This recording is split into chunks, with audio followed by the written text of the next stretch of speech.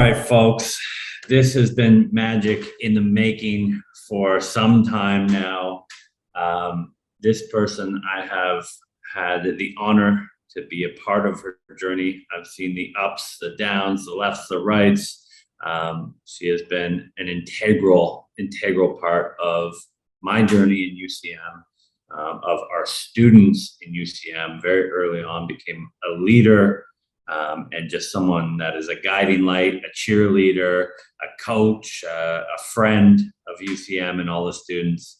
And we've just been talking a little bit behind the scenes and about some of the changes that we're seeing happen in the sales industry, specifically leading the charge to the remote sales industry.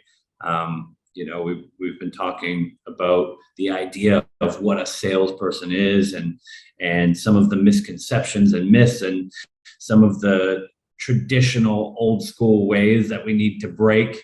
And so we thought maybe we would just jump on and start talking together and sharing different views and showing that it's okay to agree and disagree and come at it from different angles, and that there's many different ways to find success in this industry, and that this industry has many places for many different people, and just talk a little bit about that, and just, both of us can chat, so that shouldn't be an issue. And so we wanted to just get together and share some ideas and have kind of an open dialogue. And so thank you so much for agreeing to do this, Nathalie. If not, again, it would just be me ranting to myself. Exactly. Now we actually have two ranters going back and forth, so it's double whammy. It's a beautiful thing. It's a beautiful thing. And so I guess for the first one, the thing that I'm curious about, because you're killing it now and it's so early on in your journey, if you made so much progress in a short period of time, like, let's bring it back. How did you stumble upon this crazy world of high ticket sales? Yeah, I know. So it's actually been exactly a year since you and I met. Oddly, isn't that crazy to think about? Wow. So the last year has been a wild ride for sure. So back in, I guess, 2020, I feel like so many people come across this industry. Literally, I discovered it through a YouTube ad. And it very much resonated with me because my entire background was retail. Like, I was a retail manager for many years, and I worked for some amazing companies. I just always knew that it wasn't going to be forever. And I was always giving myself all these different deadlines. Like, okay, by the time that I'm 24, I'm going to be out. Because I always just knew that it wasn't something that I was going to be fulfilled doing forever. But I was so fortunate to work for some amazing companies, and I learned so much about sales and leadership. And so I did actually quite enjoy it. I love developing people. But those timelines never worked out for me. I was like, 24, you're going to be out. And then, okay, now let's push it back to like 26, 28, 30. And then those timelines never worked out. And so when I discovered this ad, it like really spoke to me. And it was the first time I had ever discovered remote, high ticket sales. And so I actually explored it. And that's actually how I stumbled upon you, JD, and was actually following you and your group for quite some time. And then finally, I think that you just have to get to a point, honestly, for me anyways, where you just get mad enough at your situation and get really frustrated by saying talking and saying that you're going to do all these things. Like, you have to get to that point where your willingness to settle, it's not enough anymore, right? So I was like, I'm going to actually jump in and do this. And that's really how I discovered this industry. And then thankfully I discovered you, because it definitely, saved me from going down some wrong paths, I'll be honest. So I've been really fortunate there. But yeah, it's been a journey. It's been a journey. I think that you kind of assume that it's going to be super easy because that's, people are promised the moon when they first transition. And unfortunately, that wasn't the case for me. I feel like I did shrink the timeline by partnering up with you. So that was really great, but it's definitely been it's been a roller coaster. Mm-hmm. Yeah. And my path has been super just smooth sailing from start to finish. No adversity, success from day one. I'm one of those rare people that everything worked out perfect and never, was never lied to. I know. I experienced very much the same thing. I think just the obviously there's the age gap, but the age gap is pretty much the same as the when we started gap in this industry. Mhm.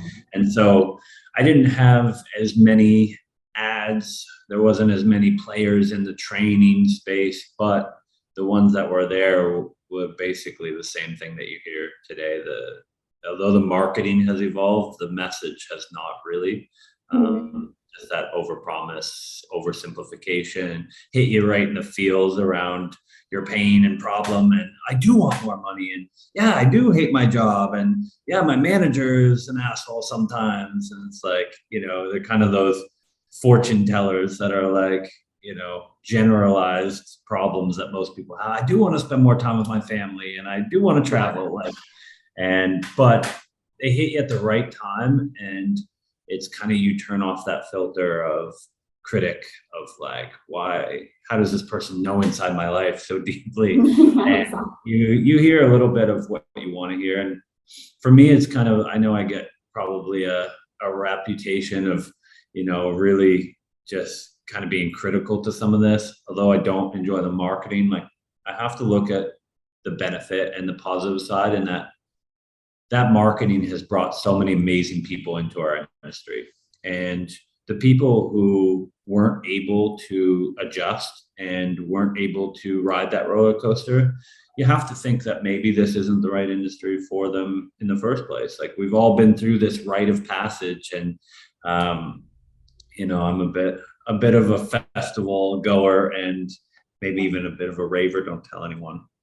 But it's like, everybody who makes it through the end of the night, you have this like newfound respect and glory for, and like it brings you together and you make some of your best friends because you're like, we've been through this war together, right? And it's kind of the same in this industry. Like, everybody who makes it through the marketing and the investments and the roller coaster, you have this appreciation for, because you're like, oh, you stood the test of time as well.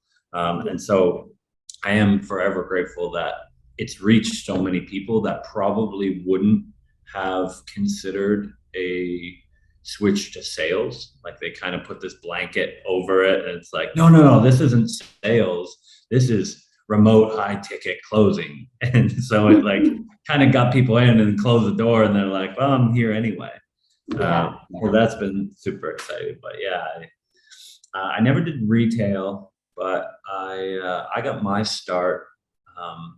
I'd love to say that I chose sales as a career path, and that was like, what I wanted to do when I grow up and all this stuff. I'm still waiting to grow up, but it was really like, I was working at a restaurant, Milestones at the time, and my manager was just coming down hard on me, and I ended up just sending out 200 resumes because I was like, I got to get out of this. I just dropped out of university and moved out west, and it was just fire them out to every, I think, like rent-a-car companies and like telemarket and everything. And I got one invitation for interview out of those 200 resumes. Mhm. And it was this direct, I forget what the term, they might use direct sales, but I made it sound like, I was going to be in the stock market. I pictured like, being on like Wall Street, nice suit and stuff. And then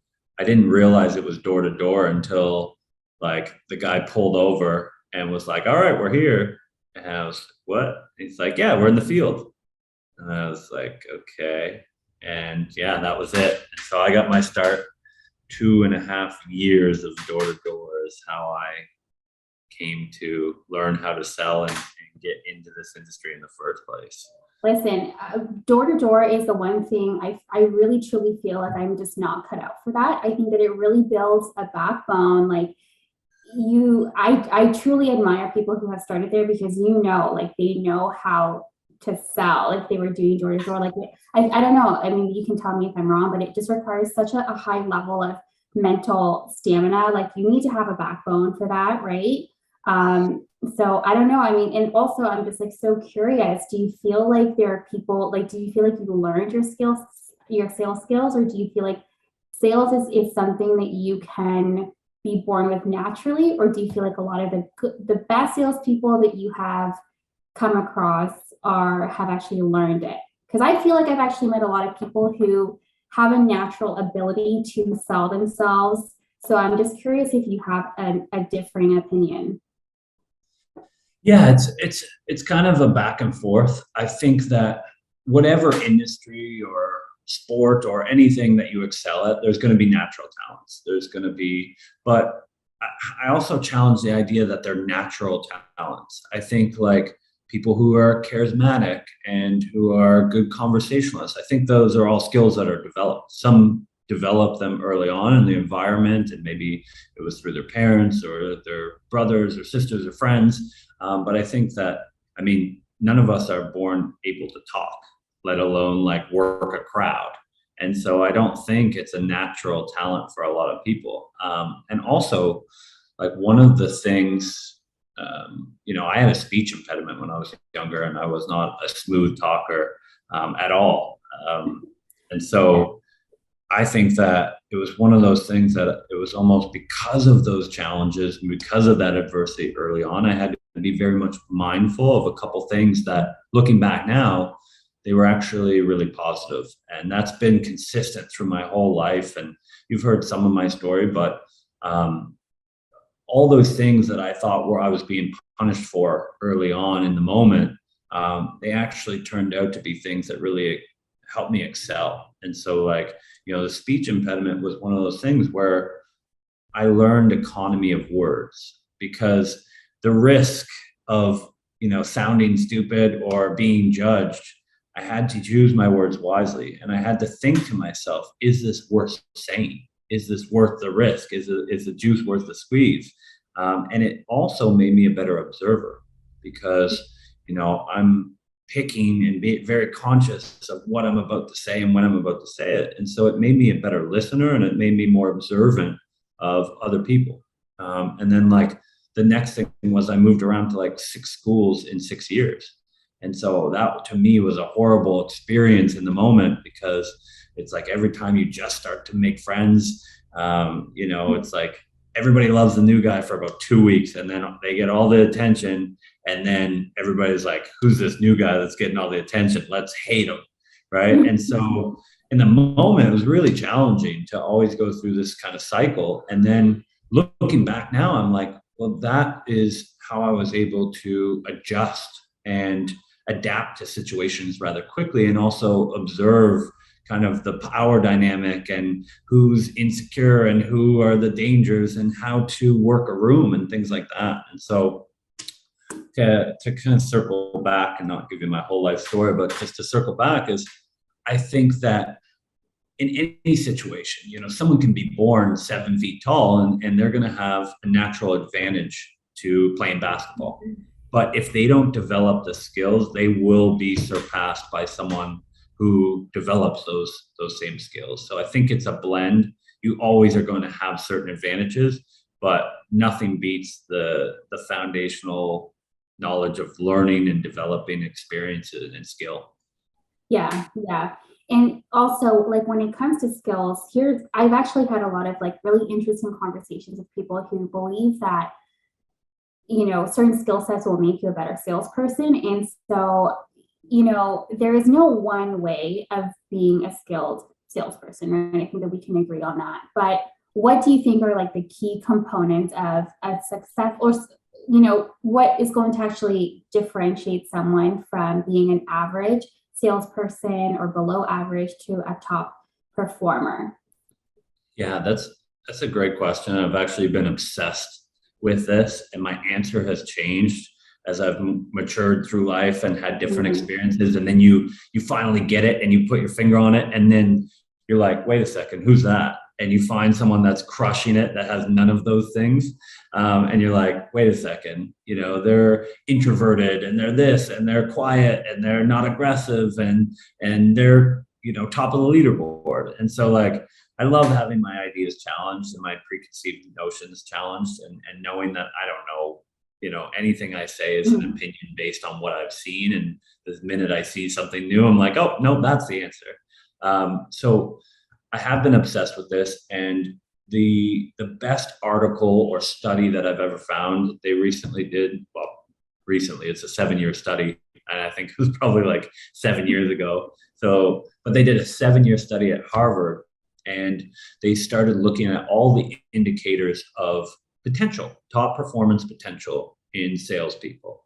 And they challenged everything, experience and training and certain qualities and certain characteristics and personality traits. And they narrowed it down to two things that are the main and pretty much only indicators of top performance. That doesn't mean that you can't have a good career or be successful, but like as far as top of the food chain, it came down to two things. And I've yet, I found this study quite a while ago, and I've yet to find something that or someone that goes against that. And the two traits were empathy, the ability to feel what's not always said in someone else, and drive, and that ability to and desire to want to accomplish and progress and get recognition and achievement and the rewards and the leaderboards and the pat on the backs and all of those things. And they found that that combination is the best indicator of top performance. And if someone is lacking one or two of those things, it doesn't matter how much training or experience they get, it's likely that they will never be a top performer. And looking back on that, it is the common underneath thing, because you're most drawn to like the charisma or the aggression or, whatever the most visible trait is. But in going back and looking at all the best salespeople I've ever met, it was exactly that ability to understand someone from an emotional level and put yourself in their shoes, and that drive to always be better. So that for me is the two things. I wish I could say I came up with it, but as you've been in UCM long enough, I steal everybody else's ideas and claim it as my own because someone else is smarter than me and better than me at these things, and why recreate the wheel? But I'm taking Harvard's advice. Yeah, so, you probably eventually would have come up with that idea. Harvard. Yeah, I was about to do my 7-year study and get off,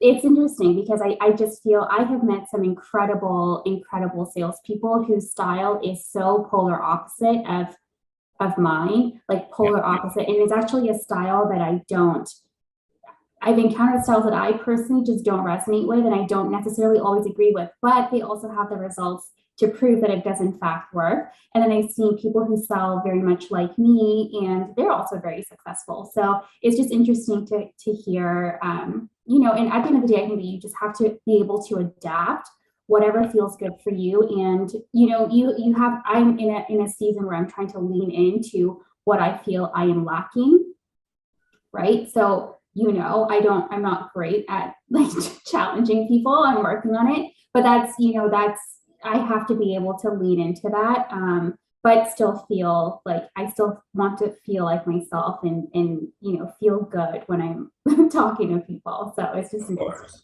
Yeah.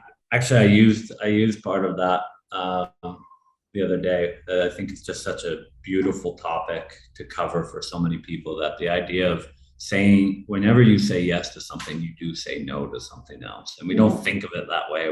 We don't want to let people down. We don't want to hurt their feelings. But honestly, I think if the worst thing about you is that you're too nice, I think we're going to be okay. Yeah. That's actually advice that you gave me a few months ago. You probably don't remember all the conversations that we have had. I do. Yeah, but that was one of the things that you said to me, and actually that was a huge mindset shift for me, actually. So it actually made it easier to say no a little bit more after you told me that. It's so true. It's so true. Yeah, it happens. I have a bit of a savior complex, so I've dealt with it myself. And again, most of my advice comes from me figuring out the hard way and then trying to save someone from the years of, the hard, long route.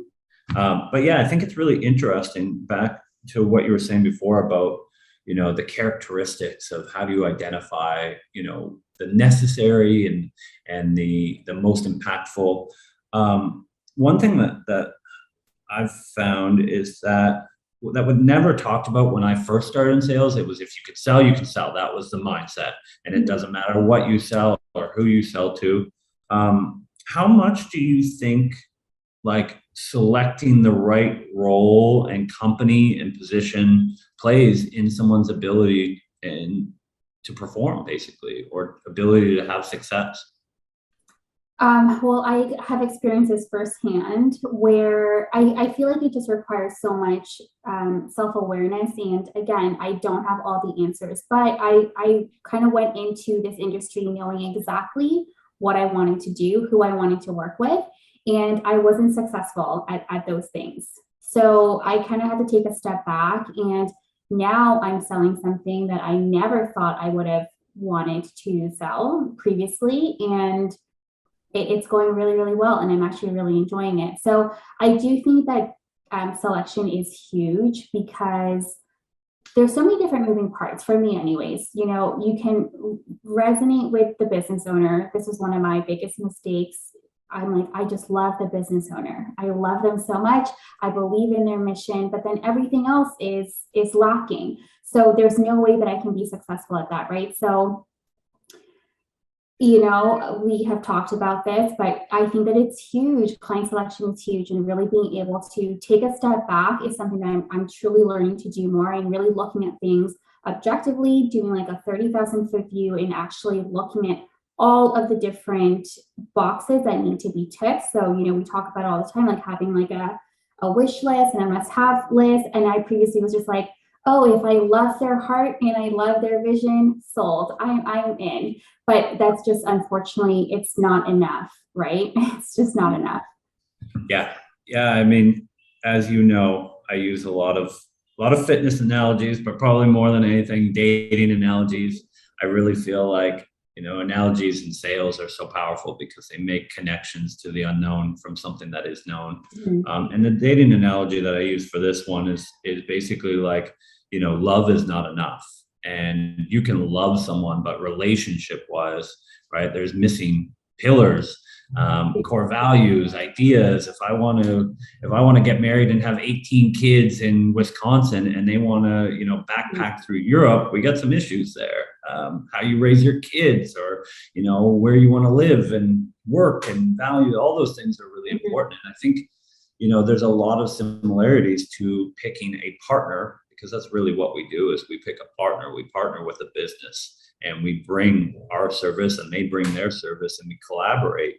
And I think it's really important to make sure that the foundation, the underbelly, is connected, because I can love a product, I can love the person, I love the business owner, I love the vision, but there's still some foundational difficult conversations that have to be had about how we operate and what I need to be able to fulfill myself and fulfill for the prospects, and feel good about what I'm doing, and feel good about the future of the business. All of those things I think are really important, and something that I think that it's easy to say, but it's harder to do when there's a level of desperation sometimes. It's like, I need a job and I need to pay rent. I'm not thinking about, you know, all these little details. Some people I think feel naked when they don't have a job, because society puts that pressure of like, Mm-hmm.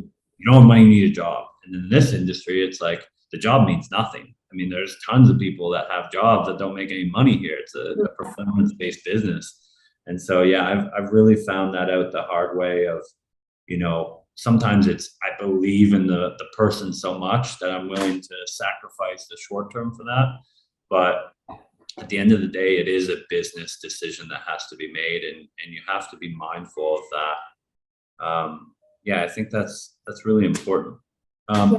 And even for me too, like I think that it's good to have a pretty good understanding of what your overarching mission is, right? Like everything I've ever done has definitely tied back to my long-term vision and what I want to feel like I'm contributing to. But I think it's also really important to note that it's okay to be open to different opportunities. Like I feel like I've definitely tried to be a little bit more open-minded, and I've picked, like right now I'm in a situation where I never saw myself in this particular niche, but I'm having so much fun with it. And it's because I was open and willing to give it a shot. And I found elements of what it is that they do that I truly resonate with so much. So I don't think, you know, I don't know, how important do you think that picking a niche is? I feel like it is pretty important, but for me, I was open to exploring a different niche. And I found something that I really do feel I am a fit with, because their overarching mission is very much aligned with what I want to do. Yes. I think you nailed it. I think it's openness, because also like we're always making decisions based on past and old experiences, and maybe some limiting beliefs and some I thought I was this way. And so we're always working at a deficit of like, I don't know who I am tomorrow or the next day. I only know who I've been up until now. And Mhm. so it's kind of like, if you don't try any new foods, how do you know what you like and what you don't like? And so I think that openness and willing to experiment and, play out the scenario a little bit. I think that's where the must have and the wish list is so important, because the must have is like, if they don't have these elements, I cannot work there because I just can't be successful, even if it feels good or if I love what I do. But it's like, I need those. And anything else I'm willing to consider. I've changed niche like 9 times. Mhm. But for me, like, you have to have a theory. And so we talk about this sometimes about like the scientific approach to progress, and in that I need a theory. I need somewhere to go, or else I'm going to spread myself too thin. And it's also trying to separate yourself from a lot of people who are struggling. And when you ask them, what's your niche? They're like, I'll take anything. And even though that can be openness and it does come from a good place, it can seem like desperation, and it doesn't make a business owner feel special that they crafted their business around their passion and what they love and their vision and their purpose in life. And you're like, yeah, sure, I'll give it a go. I don't know anything about it, don't care. I just want a job. And so I think it's finding that blend of, I think this is the area that I want to focus on. This is kind of where I want to pursue. This is what I'm interested in. But like, if something comes out of left field, being able to challenge those preconceived notions and say, like, what is it about this that I don't like or that I'm saying no to right now? Like, can I challenge that? Is that an old idea? Is there something that would be conflicting for me?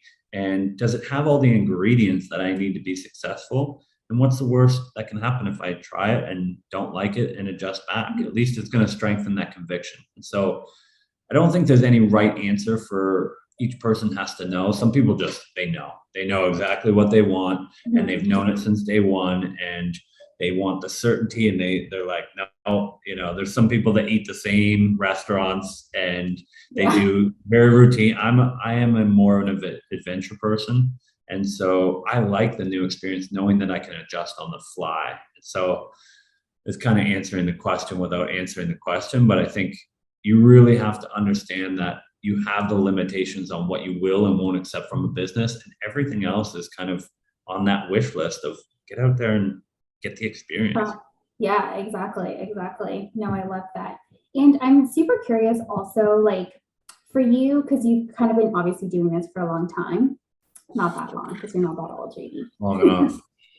But I feel like for me, and I have actually said this, I'm like, I kind of feel guilty for saying that I don't want to do sales forever, maybe, like it's still kind of undecided, because I was trying so hard to like establish myself in this industry. But I mean, do you feel like sales is like it for you, or do you feel like, where is this, like, do you feel like more often than not people are using this as a vessel and like a vehicle to do something else? What has been your observation? I hope so. Yeah. I think that it's so short-sighted and so naive to think that everybody comes in this industry and we all want to become top closers and the best salespeople in the world and speak lectures. I think a lot of people are surprised that I don't have a lot of passion for sales. I don't really even care about sales in a weird way. My passion is people. I love people. I love helping people. I love seeing the breakthrough. I love being the support. I love being the kick in the ass sometimes. I love and have a passion for people, and I find them so interesting, and I'm a problem solver. And so those elements I really like, And this is for me a vehicle, one, to be able to pursue those purposes and those Mhm. passions, but two, this is a means to an end. I do not care if, Yeah. like, I consider myself maybe in the top, 50, 40% of salespeople. Like, I think I want people to look at me and be like, and I'm sure they do, but look at me and be like, oh, if he can do it, I can definitely do it. I want to be the inspiration more than on my pedestal of like, no one can sell like me. Because I mean, you can never rate that. And for me, I got to a point in my career where I could have never imagined that level of success. The income was, way further than I ever thought possible, Mhm. and it provided me a ability to travel. I'm in Cartagena right now. I'm going to San Andreas. It's like a tropical island. I've been to 34 countries in the last couple of years, and I want to impact people. I don't even consider myself in sales now. I mean, I went from the minute that I could find a new challenge, and the minute that I felt like I had reached kind of a peak in my career, it was like I want to do recruiting, and I got into recruiting, and I'm like, it just doesn't have that personal touch, and it feels too much like just placing and moving on and high volume, and it lacked that connection. And I was like, wait a second, those two things combined, Mhm. right, led me to being like, okay, well, what about this mentorship? And then I really feel like that was kind of using this experience and using this vehicle to get to something that had the purpose, it has the people, it has the interaction, and it's. I just think so many people would be so much happier if they gave up the idea that they're going to become the top closer and just enjoyed this for what it is, the experience, and also understand that, is it that you want to be recognized for the top closer, or you want to be a top earner? That's one thing that we talk about Mhm. often. Is like, for me, it was the earning potential and doing something that I love that gave me a lot of flexibility. If that Yeah. was, being a clown, then if being a clown paid 40, $50,000 a month, I would have definitely considered it, Yeah. and I think that so many people are going to use this and find, I've already seen it, find coaching and find management and find recruiting and find entrepreneurship or go to a totally different industry. But the elements that you learn here, I think, are so universal. And so, yeah, I think we need to give up this idea that everybody has to become, a top closer that's just so committed to this industry specifically and can't evolve and grow. Yeah, yeah, exactly. I mean, I definitely value, I do want to be really, really good. Don't get me wrong. But do I Sure. think I'm ever going to be the best? No. And I'm completely at peace with that. I truly am, because I do think that ultimately your results are for you. And so, yes, you want to earn money at the end of the day. That's ultimately why we got into this. And I do want to hone in on those skill sets, because for me, sales is truly the ultimate job security. So in my mind, I'm thinking like long term, okay, after like the 2 to 3 years is up and I'm kind of like bored. If I was ever in a pinch and I needed to be resourceful, I don't have to go out and, hit up garage sales like Gary Vee. I can literally just hop on the phone and sell something, right? So that to me is what where my head is at. But I Yeah. don't, I'm okay actually not being like the top 2% of salespeople in the world. I'm totally okay with that. It takes so much energy. Like, to get good at something, I think, is accessible for most people. To get to that like Olympic athlete good Yeah. is just like this obsession and this discipline and just like everything else. You don't meet a very like balanced Olympian gold medalist or the Mhm. best boxer in the world. Like, that's what they do, and that's their purpose. I think for me, that lifestyle design was really important, and one thing that I've loved in seeing your journey is people kind of gravitating towards you and wanting to learn from you. And like I said earlier, like, you've been an inspiration, and that can be a challenge sometimes. Like, while you're still on your own journey, while you're still haven't accomplished everything that you sought after, that other people are coming to you for advice. And I was really curious, like, how do you balance that, like, pursuit of your own goals while being able to also like lift up the people around you? Is that something that has always been? Is this kind of a new area for you, or like?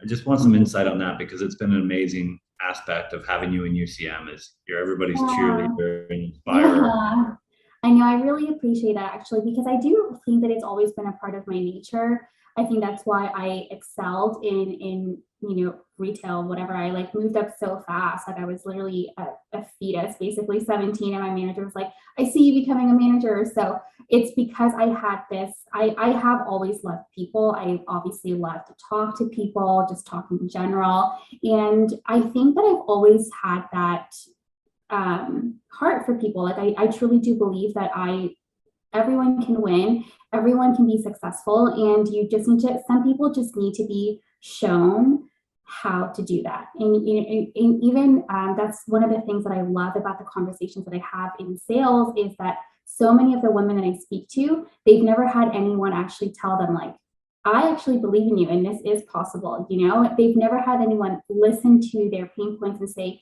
this is possible. So I think that this is something I've definitely found a path through UCM where I've been able to do that on a larger scale. But I think in my personal life, it's always been something that I've encouraged because I don't care what it is that you're doing. I really don't.